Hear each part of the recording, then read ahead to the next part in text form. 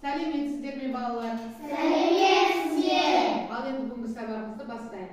Математика пәнінен. Енді бірінші бүгінгі сабақта жақсы көңіл-күй қалыптастыру алайық, иә? Қанекей ол үшін біз қандаймыз? Ойынын ойнайық. Ал бастаймыз. Біз қандаймыз? Сендер әдемісіңдер, сендер ақылдысыңдар. Біз қандаймыз? Сендер білімдісіңдер, сендер тәртіптісіңдер. Жақсы балалар. Енді осындай бір-бірімізге бұл жерде тәртіпті, білімді, әдемі ақылдар балалар жиналған екен, иә? Енді осылай білімді тәртіпті болып, біз ары қарай сабағымызды жалғастырайық. Келесі балалар бізде ата-бабаларымыздың ең киелі қасиетті мекені киіз үй болған, иә? Осы киелі киіз үйге кіріп, бізде қазір сабақты бастаймыз. Бұл киелі киіз үйдің ішінде бізде кіру билеті бар. Яғни кіру билеті бойынша тапсырмалар берілген. Сол тапсырмаларды алып, қазір орындаймыз. Келіп, қанекей бір-бірден аламыз. Аламыз орындап, дайындаламыз. Біз сабаққа кіру билеті алып береміз.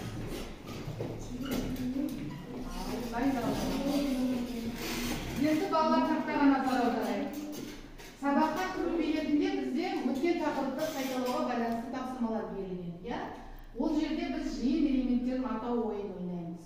Жиындар берілген гүлдер жиыны, мысалы қызғалдақ, құстар жиыны, қарлығаш, өзендер жиыны, есіл, таулар жиыны, алатау деп берілген. Біз осы жиындарды толықтыруымыз керек.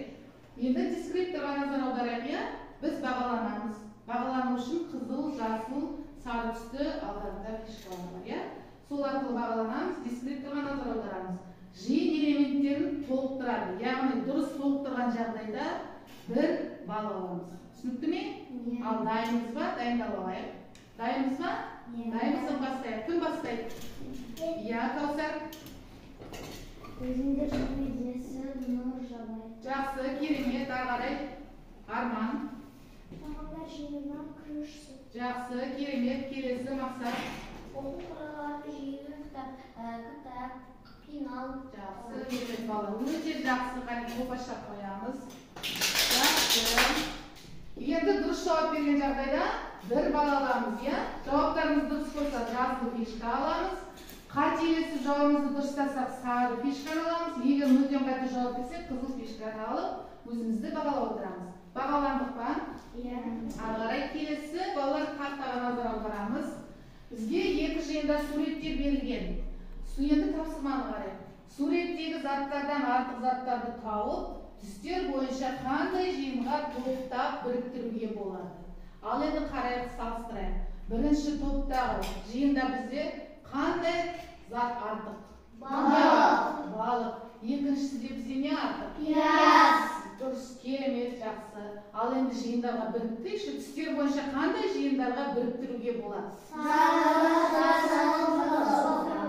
Керемет, сары, қызыл, жасыл түсті жиындарға біріктіруге болады. Керемет, жақсы. Қолпаш жақсы. Енді балалар, бұдан біз ары қарай нені білеміз? Келесі сабақтың тақырыбы. Яғни бізде келесі сабақтың тақырыбы екі жиынның бірігуі және қиылысуы. Бізге берген жаңағыдай берген екі жиынды біз біріктіре алуды үйренеміз. Түсінікті ме? Ал енді тағы да бізде қызықты қараңдар. Бізге бүгін сабаққа ашық хат келді. Енді осы ашық хатты ашып көрейікші бізге. Не келді бұл ашық хатпен бізге? Қандай хат келді көрейік қанекей. Кім бізге ашық оқиды? Келе ғой, Рамина. Ал. Сабақтың мақсаты сендер екі жүйенің бірігуі және қиылысуы туралы және олардың диаграммада бейнелеуді үйренесің. Жақсы. Балалар не келді бізге бүгін? Сабақтың мақсаты бойынша біз не істеуіміз керек дейді? Сендер екі жүйенің бірігуі және қиылысуы туралы және олардың диаграммада бейнелеуді үйренесің. Жақсы балалар, бұл біздің бүгінгі ең көздеген нысанамыз осы болады. Түсінікті ме? Сондықтан біздің осы мақсатқа біз не істеуіміз керек? Жетуіміз керек, иә? Осыны біздің көздеген нысана деп мына жерге белгілеп қоямыз. Түсінікті ғой? Ал енді ары қарай бұл мақсатқа жету үшін біз енді ары қарай жұмыс жасайық, иә? Енді балалар партада алдарыңызда суреттер қиындылар жатыр. Сол суреттер қиындылардан суретті құрастырайықшы. Қандай суреттер бізде шығады? Топпен құрастырайық. Әне бірге бәрін келсін. Дайын топтар келу береміз. Жақсы. Ал қандай суреттер шықты? Және бүркіт. Жақсы, керемет балалар. Барыс және бүркіт. Ендеше біз осы екі топқа бөлінеміз. Жақсы ма? Бірінші топ бізде барыс тобы, екінші топ бізде бүркіт тобы бөлінеміз. Ал енді диаграммаға қарайықшы тақтадағы. М және О бізге жиындар берілген. Осы жиындарда қандай сөздер берілген? Барыс және бүркіт. Ал енді қарайықшы, осы жиындарды қандай әріптер біріктіреді? Б және Б. Дұрыс айтады, Б және Б әріптері бірігіп тұр, иә? Ал енді қарайық осы балалар. Барыс және бүркіт бізде қандай мемлекеттік рәміздерде бейнеленген? Елтаңба және ту. Елтаңба және ту. Керемет, ары қарай. Біз жалпы қандай елдің ұрпақтарымыз? Мира? 70 азайту 30 қосу 7 тең 50. Дұрыс па балалар? Жақсы, қол бастап жүрміз. Қанеке бір-бірімізге? Ал енді дұрыс болған жағдайда біз неше пайдан алуымыз керек? Екі пайда. Қанеке ал бағалайық. Барлығымыздар дұрыс па? Тексердік па жауаптарымызды? Екі пай аламыз. Қателескен жағдайда сары пай аламыз. Мүлдем қате жауап берсе қызыл түсті пай аламыз. Ары қарай кеттік балалар, келесі.